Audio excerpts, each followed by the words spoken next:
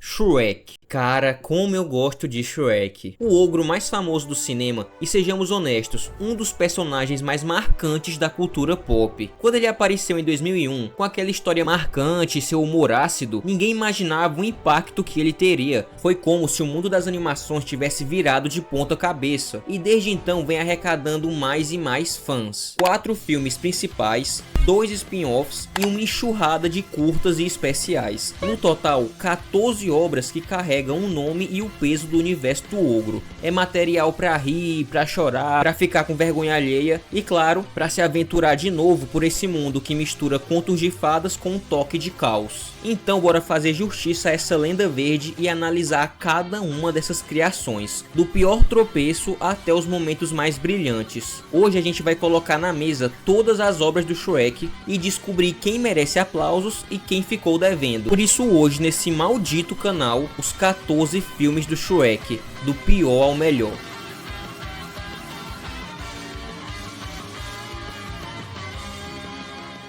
Em 14º lugar, Shrek e o Fantasma do Lord Farquaad. Esse é um daqueles filmes que passavam naquelas cabines de shopping, tá ligado? E por isso a história é praticamente inexistente. Aqui o fantasma do Lord Farquaad aparece querendo tirar a vida da Fiona para que ela se case com ele no mundo dos espíritos. Então o burro e o Shrek vão no resgate com a ajuda da esposa do burro. E no fim tudo dá certo e a dragoa mata o Farquaad pela segunda vez. Esse aqui é tão bestinha que eu acho que nem vale a pena assistir. A única coisa que eu acho legal nele foi a participação do Humpty Dumpty como estátua. Tirando isso, é tudo muito genérico. Enfim, próximo, em 13º lugar, Shrek Thriller Night. Esse aqui também não tem muito o que falar. É um curta de 6 minutos que veio dentro do DVD do especial de Halloween do Shrek. E nele, grande parte dos personagens da franquia aparecem para dançar a música Thriller do Michael Jackson. Inclusive, os vilões também aparecem, como o Rumpel, a Fada Madrinha, o Encantado e o Farquaad. Todo mundo é controlado pelo flautista dos ratos para fazer a coreografia. E no final descobrimos que tudo não passava de um pesadelo do Shrek. Eu indico esse curta porque o videoclipe Thriller do Michael Jackson é um dos mais icônicos do mundo da música. Então ver a turma do Shrek dançando essa música tão conhecida até que é divertido. Mas é só isso mesmo, não tem nenhum tipo de história por trás. Enfim, próximo, em 12º lugar, Ídolos de Tão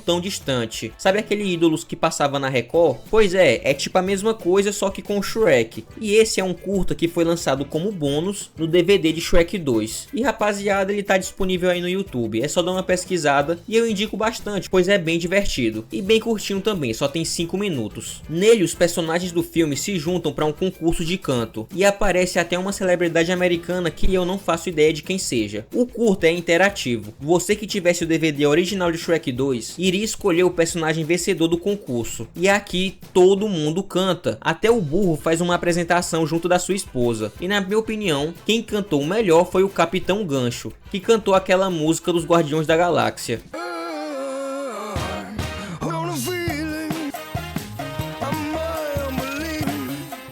Esse aí ganhou o meu voto. Vale a pena assistir também para ver o Antônio Bandeiras, que é o dublador do gato na versão original, cantando, porque ficou muito engraçado. Mas enfim, bora pro próximo. Em 11º lugar, Shrek no Natal. Esse é um especial de Natal que mostra o primeiro Natal que o Shrek comemora, e principalmente ao lado da sua família. Mas como na vida do Shrek nada é fácil, ele tem que aprender o que é o Natal, pois ele nunca comemorou, saca? Então ele não sabe nem o que é. E ainda fazer isso ao lado dos seus amigos que só arranjam confusão, o burro, o biscoito, o Pinóquio e por aí vai. Esse aqui também não tem muito o que falar, é só um especial de Natal para vender DVD. Próximo, em 10º lugar, o especial de Halloween do Shrek. Dos especiais do Shrek, esse é o que eu mais gosto, mas ele também não é grande coisa. Ele divide a trama em várias histórias de terror contada pelos personagens da série. Destaque para uma referência ao filme Psicose e para a história do biscoito, que é de longe a melhor de todas. O principal erro desse especial é a sua duração, só tem 20 minutos, e não bastando ser curtíssimo, ainda é dividido em várias subtramas. Claramente também só foi feito para ganhar o dinheiro fácil. Enfim, próximo, em 9º lugar, Gato de Botas preso num conto épico. Pode até soar como um título comprido demais para um curta de apenas 20 minutos, mas né, Netflix. No centro dessa aventura, claro, está o lendário Gato de Botas, só que dessa vez, o coitado acaba literalmente realmente aprisionado dentro de um livro mágico, como se fosse um personagem de papel, jogado nas páginas de um conto que nunca para de virar. E sabe qual é o desafio? Sobreviver a algumas missões mirabolantes. Tem dragões cuspindo fogo, feiticeiras perigosas e até encontros inesperados contra figuras clássicas. Aqui o Gato de Botas enfrenta o Thor. É como se cada página do livro escondesse uma nova referência. E o legal desse curta é porque ele é interativo. Isso mesmo, você escolhe o caminho do gato. E mano, nem sempre a decisão mais óbvia te leva a um final feliz. Tem uns destinos ali que são um plot twist por si só. E quem diria que um conto de fadas pudesse ser tão traiçoeiro? Agora, entre risadas e reviravoltas, o destaque mesmo fica na dinâmica entre o gato e o narrador, porque ele é meio que o vilão da história. Eles trocam farpas, tiram sarro um do outro e deixam o curta muito mais engraçado. Mas claro, também não é perfeito, pois assim como a série do Gato de Botas, é um tanto infantil demais, se diferenciando bastante do tom dos filmes do universo do Shrek. Enfim, mesmo assim eu acho que vale a pena você dar uma conferida. Em oitavo lugar, Gato de Botas e os Três Diablos. O infame ladrão francês Sussurrador roubou um rubi de uma princesa, e o Gato de Botas está em uma missão para recuperar a pedra preciosa, mas o gato deve, de alguma forma primeiro, domar 3 gatinhos fofos que eram capangas do Sussurrador, antes que eles coloquem a missão em risco. Esse curta é interessante porque ele se passa no período de tempo entre Gato de Botas 1 e Shrek 2, tanto que nesse filme o Gato de Botas fala sobre o Humpty Dumpty, mas o que de fato prendeu a minha atenção é porque ele ainda não é o caçador de recompensas famoso que a gente vê em Shrek 2, tanto que quando ele é contratado para o serviço de recuperar a joia de uma princesa, ele até fica surpreso com a proposta, tá ligado? Então aqui é como se fosse retratado as aventuras que o Gato de Botas passou para se tornar o lendário caçador de recompensas que a gente tanto conhece, e até fazendo esse curta ser uma peça especial para a lore desse universo. Mano, esse aqui eu indico muito, pois mesmo tendo uma história, animação e piadas mais infantilizadas, é interessante acompanhar a jornada, onde o gato conhece esses órfãos e passa um pouco das suas experiências, porque ele também é um órfão. Ele assume meio que o papel paterno sobre esses gatinhos, e a relação entre eles funciona muito bem. O problema de novo é a duração, pois só tem 12 minutos, é basicamente do tamanho de um episódio de apenas um show. Então o desenvolvimento de tudo é extremamente apressado, mas ainda assim vale a pena você dar uma conferida. Próximo, em sétimo lugar, Shrek terceiro. Mas espera, quem vai falar sobre esse filme não sou eu, vai ser um convidado extremamente especial, um grande youtuber e um grande amigo. Chega mais, meu camarada. Opa, muito obrigado, Pericles, pelo espaço aqui no teu canal. E fala, rapaziada, aqui é o Will, tenho um canal aqui no YouTube onde conto histórias sobre filmes, séries e animações no geral. E eu junto com o Pericles decidimos fazer uma collab para falar da saga Shrek, onde nesse vídeo você vai acompanhar uma review mais a funda, uma análise, enquanto no meu vídeo eu te trago um resumo completo de todos os filmes, curtas e especiais, onde por lá também o Pericles participa. O link vai estar aqui nos cards, na descrição e nos comentários fixados, então acompanha ambos os vídeos que estão excelentes. Shrek terceiro é aquele tipo de filme que só de pensar já dá uma leve dorzinha no coração de fã, tá ligado? É quase como revisitar um lugar que foi um dia incrível, mas agora tá desgastado, meio sem alma. Pra muita gente, eu me incluo nisso, esse filme é um ponto mais baixo da saga e marcou a decadência da franquia. E olha que não foi sem motivo. É comum no mundo da cultura pop uma franquia nascer com uma essência brilhante, algo único, e depois, em algum momento, virar uma caricatura de si mesma. É só dar uma olhada em Meu Malvado Favorito ou Velozes e Furiosos. No começo tinham identidade, mas depois viraram praticamente máquinas caça-níquel. E Shrek terceiro não escapou disso. Eles despejaram um caminhão de novos personagens famosos, Rei Arthur, Merlin, princesas clássicas, mas fizeram isso sem propósito. É como cagar e não limpar o Rei Arthur, por exemplo. Nossa, que personagem apagado, esquecível demais. Tanto que nem dá as caras no próximo filme. E vamos falar a verdade, ele parece um cruzamento estranho do Príncipe Encantado com a mãe da Fiona. O design é péssimo e os diálogos dele, horríveis. O cara é simplesmente chato, ou melhor, muito chato. Já o Merlin, ok, tem lá um momentinho ou outro engraçado, mas ele tá tá ali só pra uma coisa: trocar os corpos do burro com o dos gatos. E é só isso. É a única grande contribuição do mago mais famoso das lendas. E as princesas? Ah, vai, elas também só são lembradas por uma única cena. Sabe qual, né?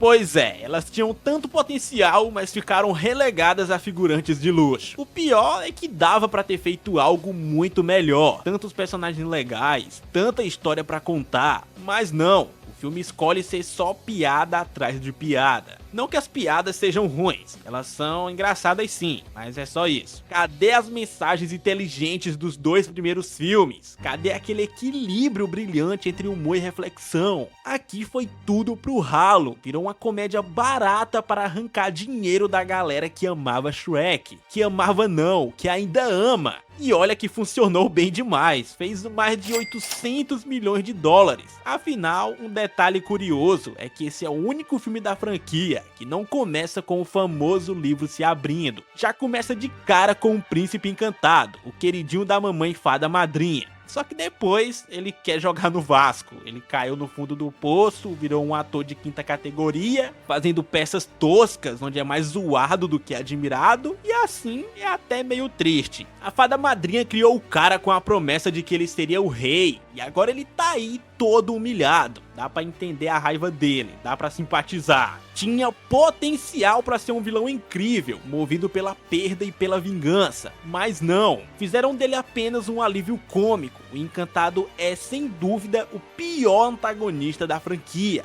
Patético, dá até vergonha alheia. Depois dessa introdução meio murcha, o filme corta pro Shrek, agora ele praticamente um rei, vivendo no palácio com a Fiona, só que o rei Harold tá doente, e sobra pra ele e a esposa algumas missões que, claro, dão tudo errado. Em uma cena, Shrek quase tira a vida de um cara sem querer e ainda afunda um navio. A mensagem tá ali na nossa cara: Shrek não nasceu pra realeza, ele é um ogro, com um jeitão ogro, num mundo que espera que ele se comporte como? Bem, como tudo que ele não é, um rei. E como se a vida já não tivesse complicado o suficiente, vem a bomba: Shrek vai ser pai. Dá pra ver o pânico nos olhos deles, o desconforto. É como se o filme tentasse trazer um conflito real, uma camada mais profunda. Mas tudo fica raso, porque o roteiro não se compromete. Eles preferem ficar no seguro, na piada fácil. No fim das contas, Shrek 3º é isso, uma promessa que não foi cumprida. Beleza, continuando a conversa sobre os filhos do Shrek, dá pra perceber que a Fiona tá de boa com a ideia, enquanto o Shrek tá ali com uma vontade de comprar cigarro, se é que você me entende. Ele simplesmente não aceita, e isso acaba resultando em vários pesadelos malucos ao longo do filme. Só que, como se não bastasse, rola aquele momento estranho: o Rei Harold, pai da Fiona, morre. A cena tem um tom meio esquisito, sabe? Por um lado, o coral de sapos é hilário e você até dá umas risadas, mas por outro, as piadinhas em plena morte do cara tiram um peso emocional que deveria estar ali. Tipo, sério mesmo, é um velório, porra. E aí quem tá de olho nessa despedida é o Encantado, que decide juntar os vilões dos contos de fadas pra formar um exército e tomar tão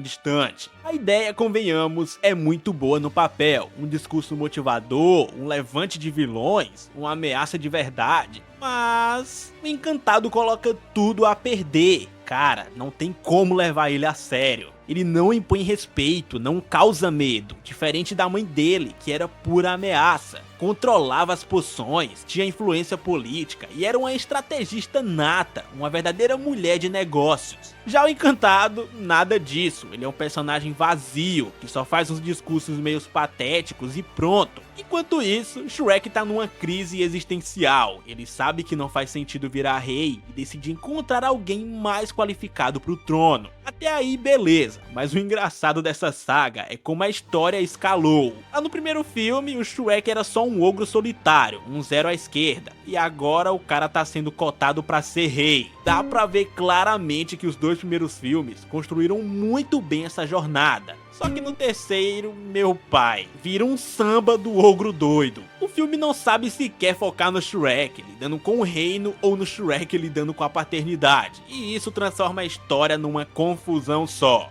Pra piorar, temos um vilão fraco e um monte de participações especiais que não acrescentam em nada. O trio Shrek, Gato de Botas e Burro sai em busca do tal sobrinho do rei Harold, o tal de Arthur, herdeiro legítimo do trono. Aí a gente é jogado numa escola americana cheio de estereótipos, nerds, patricinhas, atletas e até maconheiro. Beleza, é engraçado, mas tem um detalhe que me incomoda. Shrek bate o olho em um cara popular e já assume que ele pode ser o rei só pela aparência. Pera aí, né? Não era o Shrek que dizia pra gente não julgar ninguém pelo que parece ser? E agora ele faz isso? Vai entender. Como se não bastasse, o Arthur é um personagem chato pra caramba. O único motivo dele querer ser rei é se vingar do pessoal que faz bullying com ele. Sério, essa é a motivação do cara? É tão vazia que chega a ser deprimente. E olha, boa parte do fracasso desse filme tá nas costas dele. E mano, que filme arrastado. Já passaram 30 minutos e nada de uma jornada épica como nos filmes anteriores. Tá, nem tudo é um desastre. As piadas são engraçadas, sim, e dão uma aliviada. Mas até nisso, um porém. Elas são bem mais infantis que a nos filmes anteriores. Funciona, funciona. Só que não é a mesma coisa. A profundidade narrativa foi deixada de lado. E no fim, o que sobra é um humor que diverte. Enfim, muito obrigado Pericles por essa parceria e pelo espaço aqui no vídeo, e já chega de falar de Shrek terceiro. Que negócio asqueroso. Próximo. Em sexto lugar, existe um musical oficial do Shrek, e ele tem algumas coisas que não acontecem no filme, como a revelação do Lord Farquaad ser filho de um dos 7 anões, porém não tem como considerar esse musical canônico, pois ele é apenas uma reimaginação da história, e ele tem algumas coisas meio nada a ver, como o Shrek conhecendo a Fiona na infância, e o burro junto do Shrek vendo o Gato de Botas, sendo que ele só aparece no segundo filme. Mas mesmo assim eu recomendo de coração que vocês assistam a esse musical. Eu pelo menos gostei muito dessa reimaginação da história, adaptada para o teatro, e é muito fácil para vocês encontrarem aí pelo YouTube. Então galera, dê uma chance pro musical de Shrek. Eu achei muito divertido e acredito que vocês vão achar também. Inclusive esse musical passou pela Broadway, teve uma turnê mundial e chegou até a aparecer nos teatros brasileiros também. Enfim rapaziada, esse musical tem uma identidade própria, sabe? As músicas são muito boas, as atuações são muito boas, é muito engraçado e a produção que a DreamWorks fez ficou muito legal. Esse musical foi um verdadeiro sucesso e eu adoro, já assisti pelo menos umas 3 vezes. Mas enfim, bora logo pro próximo. Em quinto lugar, Gato de Botas 1. Antes de cruzar o caminho do ogro Shrek e sua turma peculiar, o Gato de Botas já tinha uma história digna de balançar o chapéu. Uma jornada cheia de reviravoltas e companhias, no mínimo inusitadas. Ao lado de Humpty Alexandre Dumpty, aquele ovo que dá uma lição de que nem tudo que brilha é ouro, e Kitty Pata Mansa com sua elegância letal, o felino embarca numa missão para roubar os feijões mágicos do casal fora da lei Jack and Jill. Mas como toda boa aventura, as coisas saem do controle e o gato, com sua fama e honra em jogo, se vê diante de um desafio maior do que esperava. Esse filme não tem muita conexão direta com os 4 filmes do Shrek, é um spin-off com cara de vida própria, sabe? Mas a pergunta que não quer calar, é bom ou não? Olha, é um misto de sim, ele é bom, com até que poderia ser melhor. Tem pontos positivos, claro, mas também escorrega em alguns momentos. Pra mim, a maior falha é que ele é, sei lá, não tão memorável como os próximos filmes da lista. A história tem lá seu charme, mas não é daquele tipo que gruda na memória como o segundo filme da franquia do gato, que, vamos combinar, é um verdadeiro espetáculo. Mas vamos ao que interessa. O que salva o filme é o protagonista, porque né, quem não ama o Gato de Botas? Carisma pra dar e vender, carregando a trama nas costas sem nem precisar do apoio de Shrek ou do burro. É só ele, sua espada e aquele olhar sedutor. Vale lembrar que esse longa saiu numa época em que todo mundo queria dar um filme ou série pros coadjuvantes. Os Pinguins de Madagascar, por exemplo, ganharam uma série e um filme, e até o Rei Julian, com aquele jeitão maluco, ganhou uma série também. Mas o filme do Gato de Botas, mesmo com seus defeitos, conseguiu escapar da armadilha de ser só mais um filme vazio, que é o que muita gente acha de Lightyear, por exemplo, que também é um spin-off. E falando em detalhes, você já reparou que no final de Shrek 4, quando o Shrek guarda o livro na estante, dá pra ver um livro do Gato de Botas e outro do burro chamado O Burro de Sevilha. Ah, então é desse conto que o burro vem, né? Eu fiquei pensando isso porque eu jurava que ele tinha vindo do conto do Pinóquio, mas deixa pra lá. Enfim, uma coisa que esse filme tem e que é inegável é a sua própria identidade. Diferente dos filmes do Shrek, que são mais comédia, esse aqui puxa mais pro lado da ação e aventura, embora ainda tenha boas pitadas de humor. Quem não lembra daquela cena da gata com a mãozinha na boca? É impossível não soltar uma risada. E falando em identidade, a paleta de cores aqui é marcante, toda trabalhada no estilo faroeste. O filme começa com o gato falando sobre seus apelidos. Até chupa-cabra o bichano já foi chamado. E logo de cara temos um duelo pra deixar claro que o cara não tá pra brincadeira. Luta, roubo, charme, tudo que a gente ama nele está presente. Quando o Gato de Botas chega num bar, pronto pra molhar o bico e afogar as mágoas, ele ouve uma história que parece tirada de um conto maluco, a lenda dos feijões mágicos. Mas ele não tá ali só pra beber, não, ele também precisa de dinheiro. Parece até comigo. Então decide ir atrás desses tais feijões, que para sua falta de sorte estão nas mãos de Jack e Jill, o casal mais barra pesada da DreamWorks. Tipo um Bonnie e Clyde com mais músculos e menos charme. Só que para variar, as coisas não seriam fáceis. Na fortaleza dos dois bandidões, o gato descobre que não é o único caçador de feijões na área, pois entra em cena Kit Pata Mansa. Só que no meio da confusão, o gato nem percebe que Kit é uma fêmea. A descoberta vem só depois de uma perseguição frenética e, claro, uma batalha de dança. Por que não, né? Com uma trilha sonora que vibra como as cordas de um violão, o gato e a Kit travam um duelo. No fim, ele bate nela com um violão, tão certeiro que ela cai e aí ele percebe: peraí, você é uma mulher?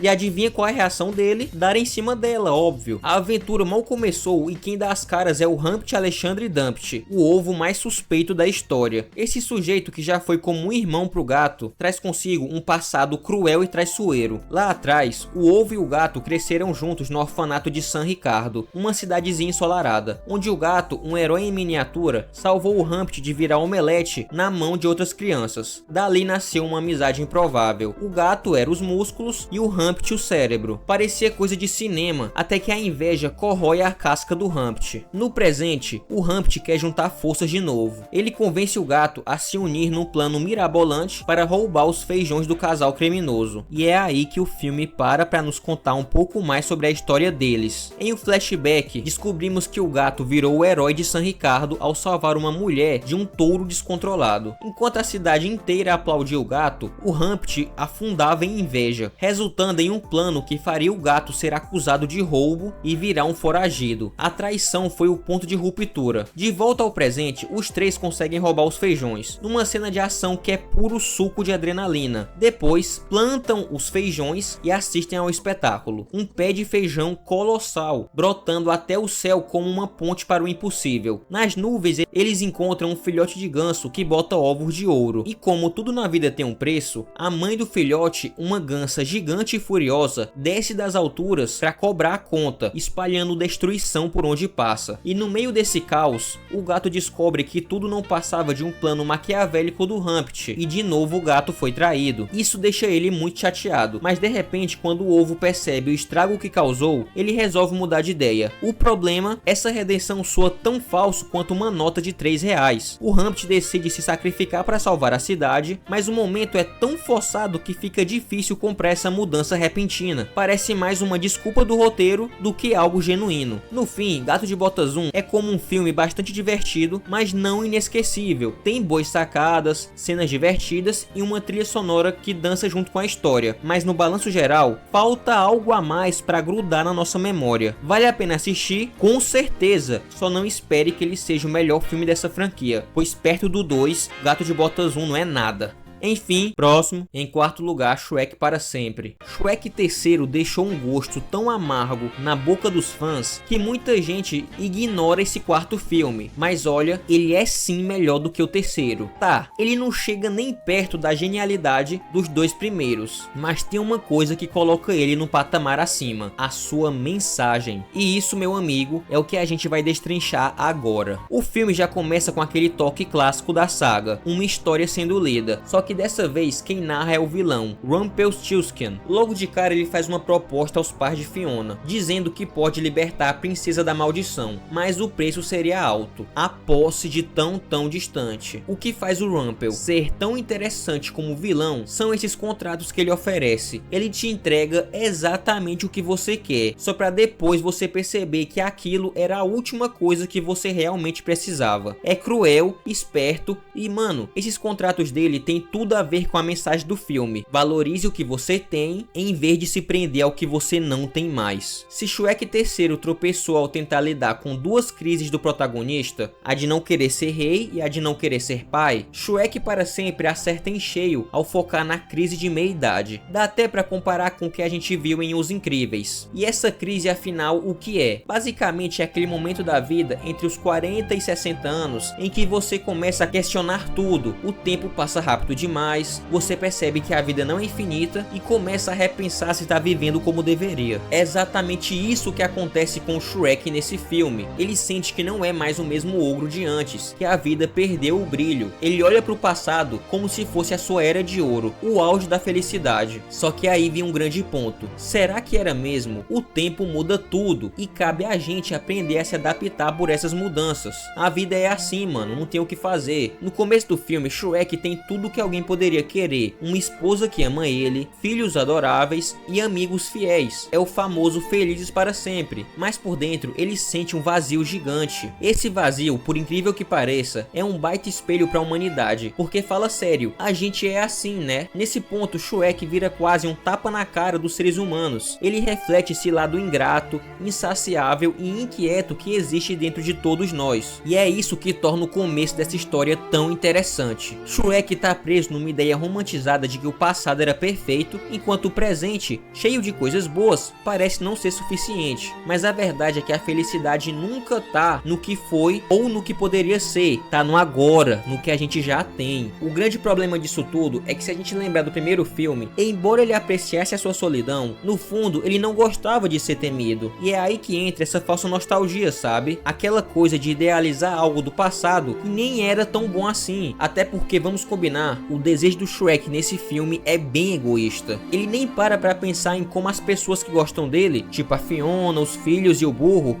vão se sentir com isso. Aí, depois de um tempo lidando com um monte de situações estressantes, o Shrek explode. A cena acontece no aniversário dos filhos dele, com um monte de gente em volta, todo mundo apertando o juízo do ogro. E quando chega no limite, ele solta aquele urro que faz a gente arrepiar. Sério, dá pra sentir a fúria atravessando a tela. Destrói o bolo de aniversário e deixa todo mundo de cara. A Fiona, claro, não gosta nada disso. Ela solta aquela direta: Shrek, você deveria valorizar mais a sua família. E adivinha quem tava ouvindo toda essa briga? O pilantra do Rumpelstiltskin, que arma uma emboscada e convida o Shrek pra jantar, com direito a uma boa e velha ratazana. Lá, o esperto do Rumpel embebeda o Shrek, deixando ele vulnerável. E é aí que ele faz a proposta. O Shrek pode ser um ogro livre por um dia, em troca de um dia qualquer da vida dele. Parece uma emboscada, né? Pois é, mas o Shrek assina sem pensar duas vezes e pronto, vai parar numa realidade alternativa. Nesse novo mundo, o Shrek encontra o que achava que queria. As pessoas têm medo dos ogros de novo. Ele começa a tocar o terror e se diverte assustando todo mundo, como se estivesse vivendo os seus dias de glória. Só que a diversão não dura muito. Quando ele volta para casa, dá de cara com um cenário desolador. A casa abandonada, sem sinal de vida, tudo vazio. É aquele momento que a ficha cai. Antes que ele consiga processar tudo, umas bruxas aparecem e levam ele preso. Na prisão ele conhece o burro. Mas, plot twist, nesse universo o burro nunca conheceu o Shrek. Aí juntos eles descobrem que o Rumpel virou o rei de tão distante. Por quê? Porque nesse mundo o Shrek nunca nasceu. Sem ele, a Fiona nunca foi resgatada, os pais dela perderam o trono e tudo foi pro brejo. Agora é aqui que o filme começa a me perder. A partir desse momento, a gente não tem mais os personagens que conhecemos, mas versões alternativas deles. Sinceramente, isso funciona bem para um especial ou um curta, mas para um filme da saga, não rola. Ver o burro conhecendo o Shrek de novo é repetitivo. Isso já aconteceu no primeiro filme. E para piorar, também aconteceu no musical. tal. Já deu, né, galera? E o humor, cara, esse é o filme menos engraçado da saga. Por mais que Shrek 3 tenha uma história fraca, pelo menos ele arranca umas boas risadas. Já Shrek para Sempre não consegue nem isso. Mas para não dizer que eu só vejo o lado ruim das coisas, vou dar crédito para uma coisa: o senso de urgência. O filme realmente te deixa apreensivo. Se o Shrek não derrotar o Rumpel em 24 horas, ele perde tudo. Dá pra sentir o peso dessa corrida contra o tempo, e isso prende a atenção. Mas tem outra coisa que me irrita. Como se já não bastasse o burro conhecendo o Shrek de novo, agora temos a Fiona conhecendo o Shrek de novo. Isso é cansativo porque são tramas que já foram utilizadas. E então nos é apresentado os ogros do QG. Eles aparecem nos trailers, na capa do filme, todo aquele hype, e no final quase não tem relevância, são só marketing. O único memorável é aquele cozinheiro lá, mas o resto, nada. Parece até o Tai Lung aparecendo no trailer de Kung Fu Panda 4. E aliás, olha que coincidência, o diretor desse filme, Mike Mitchell, também é o responsável por Kung Fu Panda 4, que sofreu com o mesmo problema de marketing enganoso. E sabe o que mais ele dirigiu? Aquele filme Sky High, que meu parceiro Vegeta de Juliette já analisou, link no card aí em cima. E pra quem não lembra, esse Sky High é um filme horroroso. E não bastando isso, também dirigiu Trolls e Alvin e os Esquilos 3. Preciso falar mais alguma coisa? No fim, a história se resolve, Fiona se apaixona pelo Shrek de novo, eles derrotam o Rumpel e tudo volta ao normal. O filme entrega a mensagem de valorizar o que você tem. É uma mensagem muito bonita. O problema é que ela está envolta em um pacote cheio de defeitos. Terceiro lugar, Shrek 1. Alguns filmes são tão icônicos que podem até ser considerados como divisores de água. E isso pode acontecer por diversos motivos. Mas basicamente é quando algo revoluciona o seu gênero. Voltando um pouco no tempo, os anos 90 foram um período de transição para as animações, muito por causa de um certo estúdio que tinha acabado de produzir Toy Story 1 e 2, duas animações que são até hoje consideradas como uma das melhores de todos os tempos, verdadeiras obras-primas do cinema. Aí, vendo todo o sucesso que a Pixar estava fazendo com suas animações em 3D, a DreamWorks pensou: bora arriscar também, né? Eles jogaram pesado, investiram uma grana alta, ninguém sabe o valor exato, mas dizem que foi algo entre 42 e 105 milhões de dólares. Agora pensa comigo, se isso já é dinheiro pra caramba hoje em dia, imagina lá em 1998. Enfim, nesse ano rolou uma verdadeira batalha entre esses dois estúdios gigantes, porque olha só, as duas lançaram um filme sobre insetos, e adivinha quem ganhou essa briga? Pois é, foi a Pixar, que arrecadou mais de 360 milhões de dólares, enquanto a DreamWorks ficou com menos da metade disso. Mas, justiça seja feita, Formiguinha Z é um filme muito melhor que Vida de Inseto. Só que, né, Vida de Inseto tinha aquele visual todo colorido, super chamativo pra criançada, enquanto Formiguinha Z era mais escuro, mais sério, com uma história muito mais adulta e sombria. Dá pra imaginar que isso acabou pesando nas bilheterias também. E a DreamWorks, depois dessa, decidiu mudar sua estratégia. O próximo filme deles precisava ser mais original, mais marcante. Quase 3 anos depois de Formiguinha Z, lá em 2001, o cinema foi invadido pelo ogro mais querido da ficção, Shrek. O roteiro foi inspirado em um livro com o mesmo nome. Mas mano, se você acha que a produção foi tranquila, tá muito enganado. Foi uma bagunça sem tamanho. Já cogitaram fazer o filme em 2D, depois em stop motion, depois pensaram em algo mais voltado para o público adulto. Até flertaram com uma pegada sombria, mas o maior baque veio quando o primeiro dublador escolhido, Chris Farley, perdeu a sua vida. Aquilo abalou todo mundo envolvido no projeto. Quando chamaram o Mike Myers para assumir o papel, ele ficou relutante, sabe? Meio que não queria pegar o trabalho do Farley por respeito. Isso acabou obrigando a equipe a reformular praticamente tudo que já estava pronto. Mas meu amigo, ainda bem que a DreamWorks não desistiu, porque Shrek foi um verdadeiro salvador.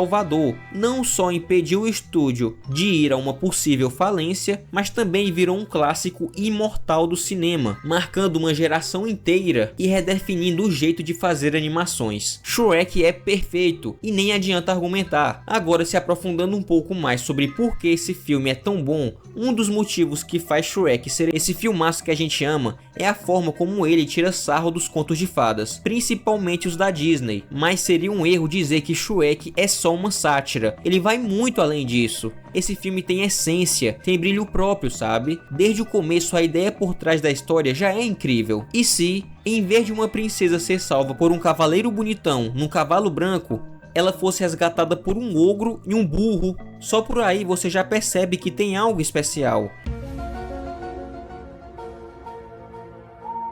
Uma premissa que foge do óbvio. Shrek é um personagem que carrega uma boa profundidade. Ele é aquele tipo de cara que parece estar perdido no mundo, sabe? Tipo, ele aceitou o rótulo que a sociedade jogou nele. Você é um monstro e monstro não merece nada além da solidão. E pior, ele acreditou nisso. No fundo, ele se conformou com a ideia de que o destino dele era ser rejeitado para sempre. Mas olha o que é bonito, mesmo com todo mundo virando as costas para ele, o Shrek nunca deixou o mundo corromper o seu coração. Ele poderia ter se tornado cruel, vingativo, mas não. Ele só se fechou, criou uma barreira, aquele pântano dele, isolado de tudo e todos, e é aí que vem o primeiro tapa na cara dos clichês. Como eu acabei de relatar antes, o primeiro motivo que faz esse filme fugir da obviedade é o seu protagonista, que não é um personagem bonito nem nada. É um ogro, gordo, feio e que mora num verdadeiro chiqueiro. Age como um porco e ainda tem orgulho disso. Ele vive no meio do nada, cercado por lama, e logo de cara o filme já mostra a que veio. Ele começa narrando aquela história clássica de felizes para sempre, mas do nada rasga a página e usa como papel higiênico. É como se o filme olhasse para Disney e dissesse: quem manda agora sou eu. É uma afronta, e uma afronta genial.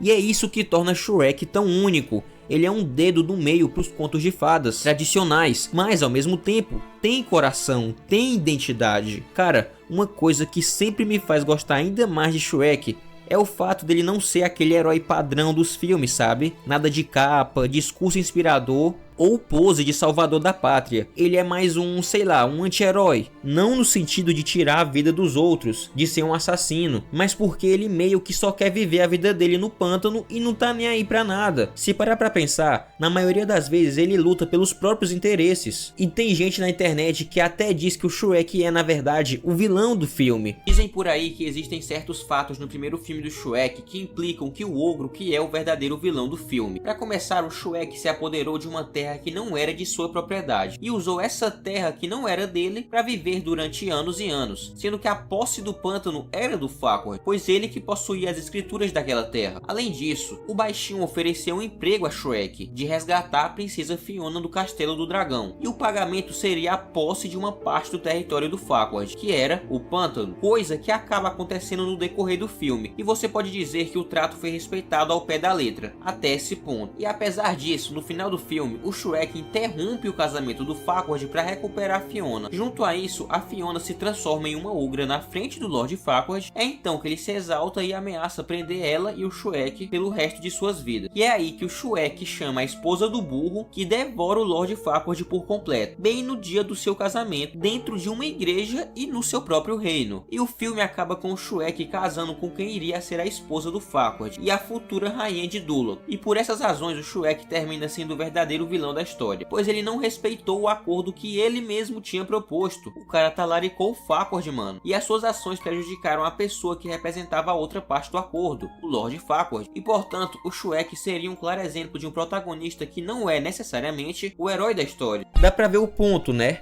E é isso que eu adoro no cinema. Quando o protagonista não tá ali só para salvar o mundo ou ser bonzinho, mas porque ele tem objetivos pessoais, algo mais real, mais palpável e mais identificável para o público. Isso deixa o personagem com uma pegada mais humana, tá ligado? Agora os outros personagens, pensa no encontro entre o Shrek e o burro. Foi uma obra do acaso. O burro tava fugindo do exército do Farquaad, enquanto o Shrek tava colando cartazes de perigo. E de repente, eles se esbarram. E o mais legal, o burro nunca mais larga o Shrek. Literalmente, é aquele amigo que gruda e não desgruda mais. E é isso que faz dele tão especial. Mesmo sabendo que o Shrek é cheio de defeitos, ele escolhe ficar ali ao lado dele, encarando uma missão maluca para resgatar a Fiona. E olha que o Shrek poderia muito bem se livrar dele a qualquer momento. Mas não, ele não faz isso, porque no fundo o ogro gosta da companhia do burro tagarela. E essa amizade é tão bem construída, cara, a química deles é incrível, uma das melhores duplas que já vi na ficção. É sério, A dublagem brasileira desse filme é surreal, dá vontade de aplaudir de pé, mas sabe o que me pega mesmo? A mensagem por trás da história. Quantas vezes na vida a gente já não foi julgado ou julgou alguém errado? Shrek ensina isso de um jeito tão bonito. Ele começa o filme parecendo só um ogro egoísta e irritado com o mundo, mas no fundo é só uma camada do que ele é. Ele se fechou porque o mundo foi cruel com ele primeiro. E quantas vezes a gente não faz a mesma coisa, sabe? Se isola por medo de mostrar quem realmente somos e sermos julgados. É como se o filme olhasse pra você e dissesse: ei mano, não deixa o mundo te moldar, seja quem você quer ser. E vou te falar, isso me bate direto. Tipo, nos vídeos que posto no canal, tem gente que vem com os comentários negativos que machucam, sabe? Mas sempre tem uma galera que me apoia tanto, seja no YouTube ou lá no Instagram, que eu paro pra pensar, por que gastar minha energia com esse ódio se tem tanta gente que gosta do meu conteúdo? E é isso, o mundo é feito de coisas boas e ruins, e a gente precisa aprender a focar nas coisas boas, pois se a gente focar na ruim, já era, mano, nossa vida vai ser ruim também. E você que sempre assiste o canal, que sempre deixa um like, que sempre comenta, muito obrigado de verdade pelo seu apoio. Saiba que você é muito importante pra mim. Então, mano, muito obrigado de verdade a você que assiste aqui o canal. Tamo junto.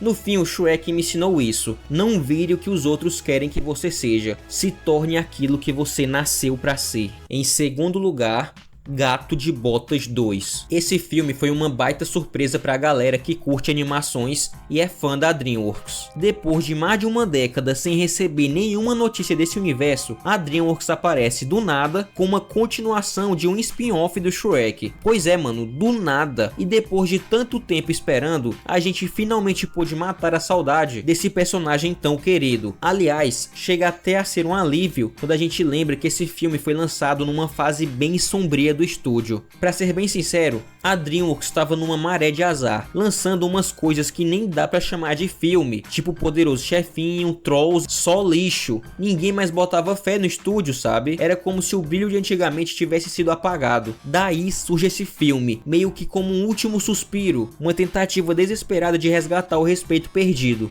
É tipo aquele jogador desacreditado que entra no final do jogo e arrisca com um chute de fora da área. E o título já entregou tudo, né? Esse filme era o último desejo da DreamWorks. Mas a pergunta que não quer calar é: será que esse desejo se realizou? Ou será que foi um desejo concedido pelo Rumpelstiltskin, cheio de consequências inesperadas? Bom, segura aí que eu vou te contar tudo isso agora. Na verdade nem precisa, né? Porque se o filme tá em segundo lugar é porque ele é bom.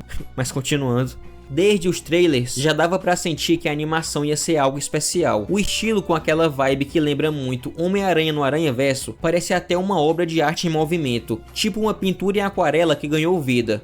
É incrível ver como o filme do Aranha mudou o jogo das animações, né? Não só o Gato de Botas, mas também Caras Malvados e Robô Selvagem pegaram essa onda e trouxeram algo único, com identidade própria e um dinamismo que prende o olhar. E o gato, bom, todo mundo sabe que ele é puro carisma, só que ele vai além disso, sabe? Ele não é só um rostinho simpático com um chapéu estiloso, ele é um herói, aquele tipo de herói que se joga no perigo, que põe a vida dos outros antes da própria, especialmente quando se trata de quem ele ama. Mas ser herói não é só glamour e aplausos, é uma jornada que no fundo pode ser bem solitária. Todo mundo precisa do que ele faz, mas quem é que realmente enxerga quem ele é quando tira as botas e larga a espada? Ninguém quer o gato, o garoto órfão de San Ricardo, só o gato, o herói. E isso pesa. A abertura do filme já dá o tom, como um prelúdio cantado. Ele canta com a confiança de quem nunca foi tocado por uma lâmina, como se a coragem dele fosse feita de aço. Ele desafia a morte, brinca com ela como quem brinca com fogo. E é aí que tá o ponto. O que separa um herói de uma pessoa comum é exatamente isso. Essa ousadia quase inconsequente de encarar o impossível. Mas o problema é que essa coragem dele acabou virando arrogância. Ele começou a acreditar que era invencível, que nada podia pará-lo. E aí, enquanto construía seu legado de herói, ele também ia destruindo algo essencial: o valor da própria vida. Desperdiçou 8 das suas 9 vidas como quem joga moedas numa fonte sem pensar no amanhã.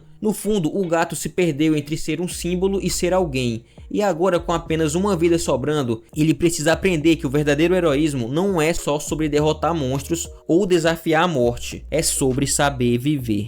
O Lobo da Morte é, sem dúvida, o melhor vilão da DreamWorks, desde o inesquecível Lord Shen de Kung Fu Panda 2. lançado lá em 2011. O que torna ele tão único é que, ao contrário do Shen, ele não tem nenhum laço emocional profundo com o protagonista. Quer dizer, ele nem deveria ter uma conexão com o Gato de Botas, mas tem. E tudo isso por causa do trabalho dele. Só que nesse trabalho ele se sente ridicularizado pelo gato. E é aí que a coisa fica interessante. Esse lobo é pura ameaça. Sério, ele dá um arrepio em cada cena. E o mais impressionante é como tudo isso é construído na perspectiva do gato. A gente sente na pele o medo do personagem. Aquela ansiedade esmagadora que virou tema de tanta conversa na internet é quase palpável. Parece até que o lobo está ali, te encarando do outro lado da tela. A atmosfera que cerca esse vilão é de arrepiar. Parece saída de um filme de terror. O gato, que passou a vida toda desafiando a morte como se fosse só mais uma aventura, agora é ele que está sendo desafiado. E a morte não veio só para cobrar o preço. Não. Ela quer que ele sofra. Quer mexer com a cabeça dele. Dá pra ver como o psicológico do gato vai pro ralo, e isso é feito de um jeito tão brutal que é impossível não se sentir tão vulnerável quanto ele. E o design desse vilão, cara, aqueles olhos vermelhos como sangue, queimando de propósito, são a essência do perigo. Ele se contrapõe aos olhos verdes do gato, que lembram esperança. É como se cada encontro entre os dois fosse uma luta entre desespero e sobrevivência, medo e coragem. Agora, aquele assobio, nossa, que coisa genial. Toda vez que ele soa, é como se o ar fosse sugado da cena. A gente sabe que a morte está por perto, que ela tá só esperando a hora de dar o bote. É como ouvir um aviso, não adianta correr porque eu tô aqui. E o gato, que sempre foi tão destemido, se desmonta. Pela primeira vez ele sente medo, medo de verdade. E isso coloca um peso absurdo na trama. A urgência, o pânico, a sensação de que o tempo está acabando. Tudo isso é transmitido de um jeito que prende a gente na cadeira. No fim, o Lobo da Morte é mais do que um vilão. Ele é uma força da natureza, uma entidade que personifica o inevitável. E ao mesmo tempo é um lembrete cruel de que até os mais valentes têm medo quando olham nos olhos daquilo que sabem que não podem vencer. Gato de Botas 2 é uma daquelas histórias que pegam a gente de jeito. Quando ele se dá conta de que está na última vida, vem o estalo. A vida não é infinita e cada momento importa. Cada risada, cada aventura, cada pausa para respirar. E o que seria da vida sem as pessoas ao nosso redor? O gato, que sempre foi meio solitário, descobre que a felicidade não tá nos troféus ou na fama, mas nos laços que a gente constrói. Kit Patamansa, com seu jeito esperto e coração ferido, e Perrito, o cachorrinho mais otimista e puro do mundo, mostram para ele que a verdadeira riqueza é ter com quem dividir o caminho, mas não para por aí. O lobo aparece, e não é uma metáfora delicada, não. É um lobo ameaçador que faz o gato encarar seu maior medo. E aí ele percebe, viver com medo não é viver de verdade, é só existir. Aceitar que um dia o fim chega é, ironicamente, o que dá sentido para essa jornada que a gente chama de vida. No meio disso tudo, cada personagem está em busca de algo. Uns querem poder, como João Trombeta, outros querem uma família, como é a Caixinhos, e outros só querem uma segunda chance, como é o caso do gato. Mas no final, a lição bate como um trovão. A felicidade não é um desejo mágico, ela é construída, tijolo por tijolo, com escolhas e atitudes. Simplesmente o filme mais profundo e bonito dessa franquia, e que só está em segundo lugar porque eu acho meio injusto fazer um ranking dos filmes do Shrek e não colocar um filme do Shrek em primeiro lugar. Mas Gato de Botas, pra mim, é o melhor filme dessa saga e o segundo melhor filme da DreamWorks, perdendo apenas para Kung Fu Panda 2, que na minha opinião é a melhor animação de todos os tempos. E em primeiríssimo lugar, Shrek 2. Cara, já parou pra pensar que Shrek 2 já tem mais de 20 anos? É surreal como o impacto desse filme no cinema e na cultura pop ainda é gigantesco. Ele não só marcou uma geração, como continua relevante até hoje.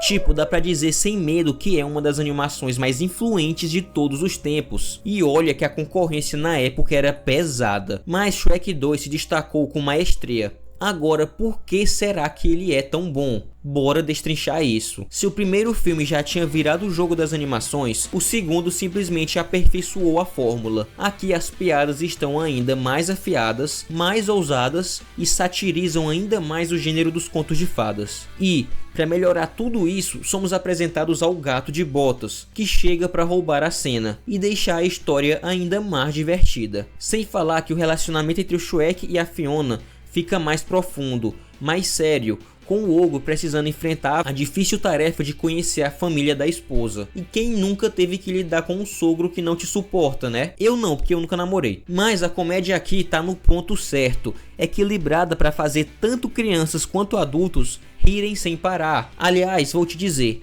na minha opinião, essa é a animação mais engraçada de todos os tempos. Você concorda ou tem outra animação que você acha mais engraçada que essa? Deixa aí nos comentários porque eu quero saber. E tem aquelas cenas que são simplesmente icônicas, tipo o Pinóquio confessando que usa calcinha. Fale uma mentira! Fala que está usando roupa íntima feminina. Estou usando roupa íntima feminina. Ué? Ou o gato sendo pego com aquela famosa erva da Jamaica. Isso não é meu. Essas cenas são ouro puro. Outro ponto que mostra como esse filme foi um monstro no lançamento é a bilheteria. Até hoje, Shrek 2 é a maior bilheteria da história da DreamWorks, quase batendo $1 bilhão.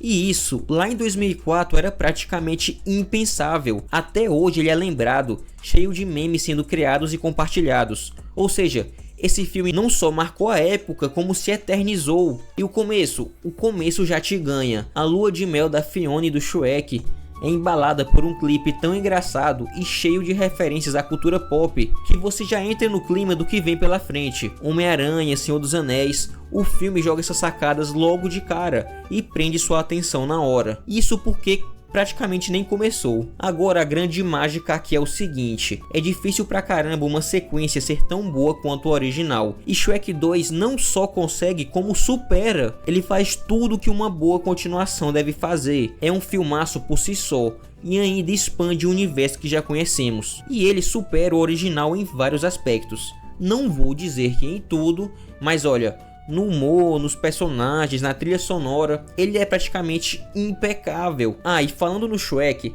dá pra perceber que esse filme mergulha fundo nas camadas do personagem. As inseguranças dele ficam mais evidentes e isso torna o ogro ainda mais humano, ainda mais próximo da gente. Quem nunca se sentiu inadequado ou com medo de não ser aceito? Shrek 2 é isso, uma história que equilibra risadas e reflexões como poucos filmes conseguem fazer, pois Shrek 2 é simplesmente uma obra-prima das animações.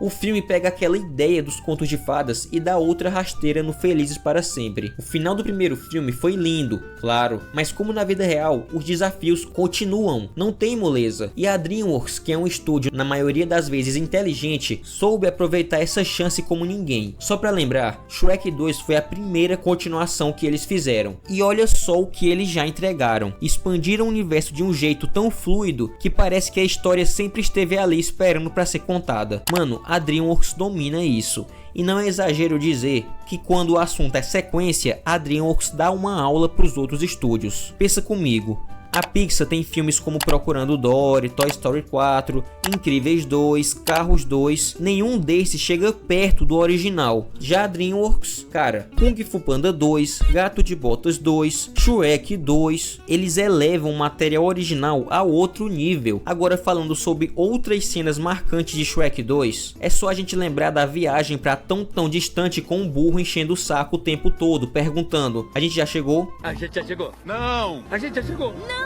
Já chegou. Não chegou, não! A gente já chegou? Não! Mano, isso é bom demais. A briga no jantar com leitão voando, caos na mesa, mano, são risadas garantidas. Sem falar na introdução triunfal do Gato de Botas, ou naquela cena em que eles são presos. E aí vem a cereja do bolo, a batalha final ao som de I Need a Hero. Dá pra sentir o sangue pulsando nas veias só de lembrar. É impossível pensar em outra obra que tenha usado essa música tão bem. Acho que ninguém nunca vai superar isso. E por favor, agora vamos falar da Fada Madrinha. Que vilã sinistra. Ela é basicamente uma mafiosa em um universo de contos de fadas, vendendo poções suspeitas e manipulando tudo e todos. Tipo arranjar seu filho para se casar em troca da liberdade da Fiona, apenas para ter mais influência no reino. Inteligente, perigosa, inesquecível. A Pixar nunca sonhou em produzir uma vilã desse nível. E a Illumination?